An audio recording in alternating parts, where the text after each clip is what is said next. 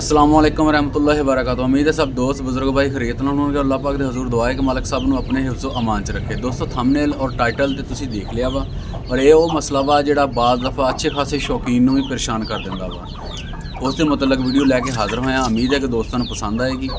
ਔਰ ਬਾਜ਼ ਦਫਾ ਜਿਹੜਾ ਵਾ ਅਸੀਂ ਜਾਨਵਰ ਅੱਛੇ ਖਾਸੇ ਖੁੱਡਿਆਂ 'ਚ ਬੰਦ ਕਰਦੇ ਹਾਂ, ਸੁਬਾਹ ਜਾਂ ਸ਼ਾਮ ਨੂੰ ਦੇਖਦੇ ਹਾਂ ਕਿ ਮੁਰਗਾ ਮਾਯੂਸ ਜਾਂ ਪਰੇਸ਼ਾਨ ਹੋ ਗਿਆ ਵਾ, ਪਰ ਉਹਨੇ ਖੋਲ੍ਹ ਦਿੱਤੇ ਆ, ਬਿਲਕੁਲ ਨਿਡਾਲ ਜਿਹਾ ਹੋ ਕੇ ਖੜਾ ਵਾ। ਬੁਖਾਰ ਚੈੱਕ ਕਰਦੇ ਜੇ, ਬੁਖਾਰ ਵੀ ਨਹੀਂ ਹੈਗਾ, ਪੋਟ ਜਾਮ ਵੀ ਨਹੀਂ ਹੈਗੀ, ਦਾਣਾ ਨਹੀਂ ਖਾ ਰਿਹਾ, ਪਹਿਲਾਂ ਜਿਹੜਾ ਹਜ਼ਮ ਕਰ ਲਿਆ, ਅਚਾਨਕ ਹੀ ਉਹਨੂੰ ਮਸਲਾ ਬਣ ਗਿਆ ਵਾ।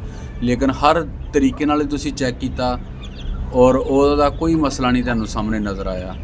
ਉਸ ਦੇ ਮੁਤਲਕ ਇਲਾਜ ਤੇ ਮੁਖਤਲਿਫ ਹੋਰ ਸਾਰੇ ਵੀ ਹੈਗੇ ਆ, ਲੇਕਿਨ ਜਿਹੜਾ ਅੱਜ ਲੈ ਕੇ ਦੋਸਤਾਂ ਦੀ ਖਿਦਮਤ 'ਚ ਹਾਜ਼ਰ ਹੋਇਆ ਵਾਂ, ਸਿੰਪਲ ਔਰ ਆਸਾਨ ਜਿਹਾ ਵਾ। ਇੰਜੈਕਸ਼ਨ ਹੈ ਲਿੰਕੋਸਪਾਇਰਾ ਇਹਦਾ ਨਾਮ ਹੈ, ਔਰ ਇਹ 2 ਇੰਜੈਕਸ਼ਨਾਂ ਦਾ ਮਿਕਸਚਰ ਹੈ। ਔਰ ਉਹ 2 ਇੰਜੈਕਸ਼ਨ ਨੇ ਲਿੰਕੋਮਾਈਸਿਨ ਤੇ ਸਪਾਇਰੋਮਾਈਸਿਨ, ਇਹਨਾਂ ਦੋਨਾਂ ਦਾ ਇਹ ਮਿਕਸਚਰ ਹੈ ਇੰਜੈਕਸ਼ਨ। ਅਗਰ ਤੁਹਾਡੇ ਕੋਲ ਪਰਿੰਦੇ ਜ਼ਿਆਦਾ ਨੇ ਤੇ ਇਹ ਤੁਹਾਡੇ ਕੋਲ ਮੌਜੂਦ ਹੋਣਾ ਚਾਹੀਦਾ। ਇਹ ਹੋਰ ਵੀ ਕਈ ਸਾਰੇ ਕੰਮਾਂ ਦੇ ਉੱਤੇ ਇਸਤੇਮਾਲ ਹੁੰਦਾ ਵਾ। ਇੱਕ ਵੀਡੀਓ ਦਾ ਵੀ ਲਿੰਕ ਮੈਂ ਆਪਣੇ ਇੱਥੇ ਸ਼ੇਅਰ ਕਰ ਦਿਆਂਗਾ ਡਿਸਕ੍ਰਿਪਸ਼ਨ 'ਚ। ਔਰ ਉਹ ਵੀਡੀਓ ਹੈਗੀ ਹੈ ਮੇਰੀ ਦੇ ਜਿਗਰ ਦੇ ਮੁਤਲਕ, ਔਰ ਉਹ ਕਾਫੀ ਡਿਟੇਲ ਆ ਉਹਦੇ ਵਿੱਚ ਵੀ।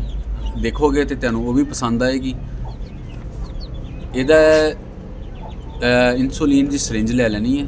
ਇਹਦੀ ਤਰੀਕਾ ਹੈ ਖੁਰਾਕ ਜਿਹੜਾ ਵਾ 3 ਪੁਆਇੰਟ, ਸਿਰਫ ਇੱਕ ਖੁਰਾਕ ਹੀ ਮੁਰਗੇ ਲਈ ਕਾਫੀ ਹੈ। ਪੂਰਾ ਤਿਆਰ ਪਰਿੰਦਾ ਜਿਹੜਾ ਵਾ, ਬੱਚੇ ਅਗਰ ਛੋਟੇ ਹੋਣ ਜਾਂ ਮੁਰਗੀ ਦੇ ਵਿੱਚ 2 ਪੁਆਇੰਟ ਕਰ ਲੈਣੇ ਆ। ਮੁਰਗਾ ਜਿਹੜਾ ਵਾ ਉਹਦਾ ਵਜ਼ਨ ਜ਼ਿਆਦਾ ਹੁੰਦਾ ਵਾ, ਉਹਦੇ 'ਚ ਅਸੀਂ 3 ਪੁਆਇੰਟ ਕਰ ਸਕਦੇ ਹਾਂ। 3 ਪੁਆਇੰਟ ਸੀਨੇ ਤੇ ਗੋਸ਼ਤ ਦੇ ਵਿੱਚ ਇੰਜੈਕਟ ਕਰਨੇ ਆ, ਔਰ ਇੱਕ ਖੁਰਾਕ ਨਾਲ ਇਨਸ਼ਾਅੱਲਾ ਤੁਸੀਂ ਦੇਖੋਗੇ ਕਿ ਮੁਰਗਾ ਤੁਹਾਡਾ ਬਿਲਕੁਲ ਫਿੱਟ ਔਰ ਸਿਹਤਮੰਦ ਹੋ ਜਾਏਗਾ।